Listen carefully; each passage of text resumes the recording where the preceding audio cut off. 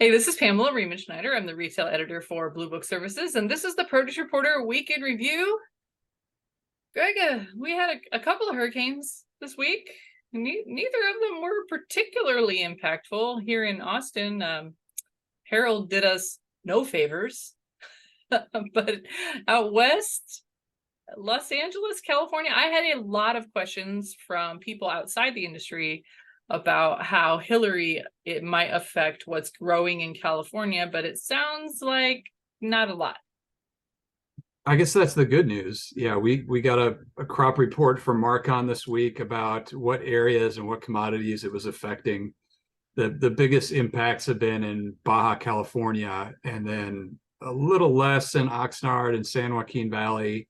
Not much at all in Salinas, so that's good. And then the desert area hasn't even planted yet. So, I mean, we saw a lot of news coverage about how bad it was for citizens, but as far as crops go, a lot of markets are a little higher, but nothing was wiped out.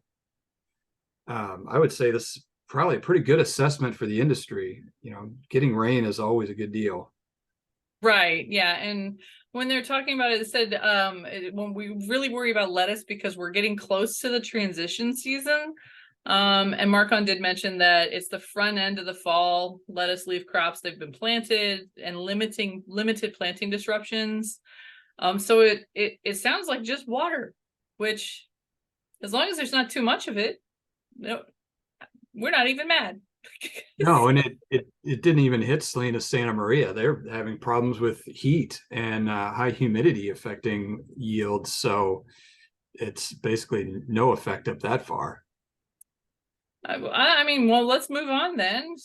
We had a massive acquisition drop on the news desk on Thursday that'll probably just kind of whisper by. Subway, with tens of thousands of stores across the world, and actually 10 consecutive quarterly reports of profits after they started their refresh campaign. So it sounds like they were gussying up to get acquired. Yeah, selling high. They got it all ready to sell, and it's sold. The company, we don't report a ton about them. Rourke Capital. Rourke, by the way, is named after the protagonist in the Ayn Rand book, The Fountainhead.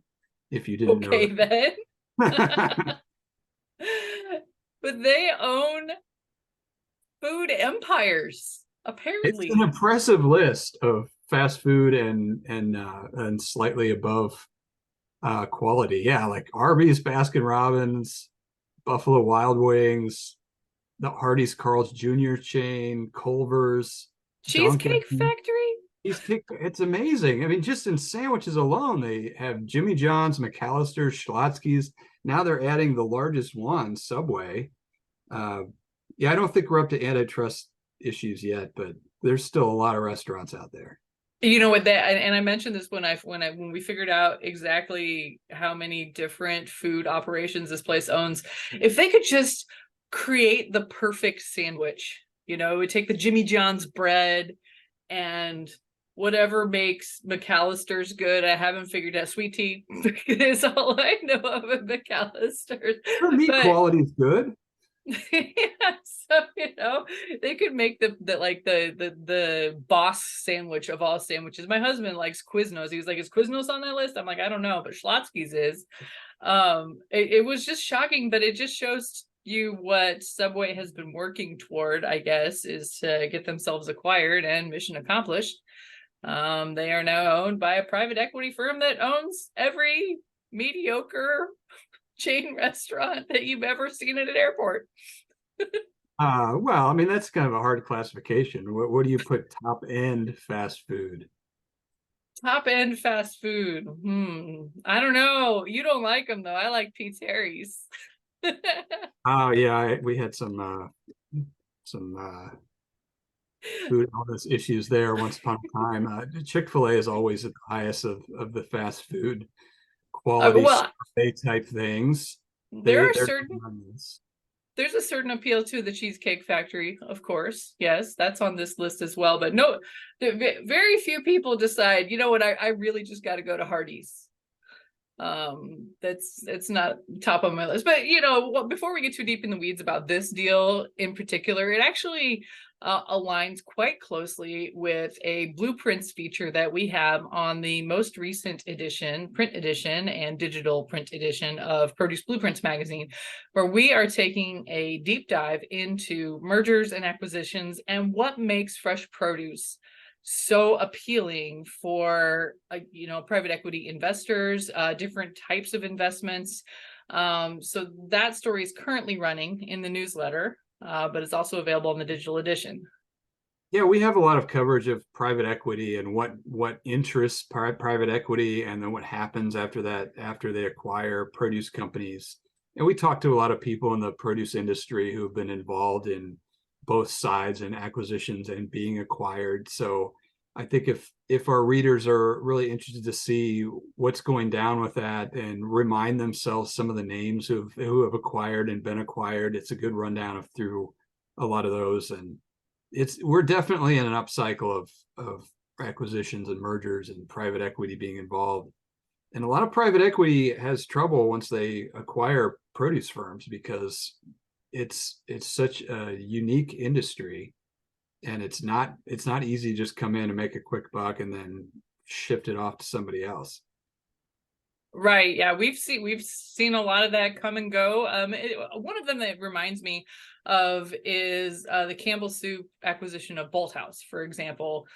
They came in and thought that they could commoditize something like that, even though carrots are quite commoditized as they are. But they exited pretty quickly, and now Bolthouse is run by some folks that were formerly part of that deal, I believe. So it's some interesting case studies in that. So that's running in on the Produce Reporter, but also is available on the Produce Blueprints digital edition on our website. If you can't access the print edition, yes, that's a good way to read it all. And the next few weeks, we'll be previewing a couple big events. So stay tuned for coverage, preview coverage of the Washington Conference, which is next month, and the following month, the big global show. We just ran a story this week from Kathy Burns previewing her State of the Industry address and what topics she plans to cover, and an assessment of the topics she covered last year. So that's good to get kind of keyed up and in the right frame of mind for attending that. Well, and we've got more fodder to talk about for the Washington conference. The FDA dropped on us. They have named a new deputy commissioner for human foods. Human foods? Do I have to edit? I have to editorialize all of these names. Human foods it just doesn't do it for me here. It's it's got some cannibal vibes to it, I have to admit. So Richard Smoley, our writer, did an analysis piece on that and talked to a few folks on what they think. It's generally been received well by food industry, and it does get closer to what a lot of food organizations want, which is more specific oversight and responsive oversight. So maybe it's a step in the right direction. Usually looking to Washington to solve the problem it does not work out well. Well, at least you guys will have some fodder to talk about at the Washington conference, and maybe some speculation will come out of that. See what this new division could possibly do. The non-election year conferences always have a different flavor to them, and this is one of those. Yeah. All right. Well, we will look forward to even more previews from that coming up in the next week. But for now, we're going to cut it short and sweet this week. That's it for the Produce Reporter Week in Review. If you are not getting the Produce Reporter newsletter, where are you at? You need to go to producebluebook.com and sign up.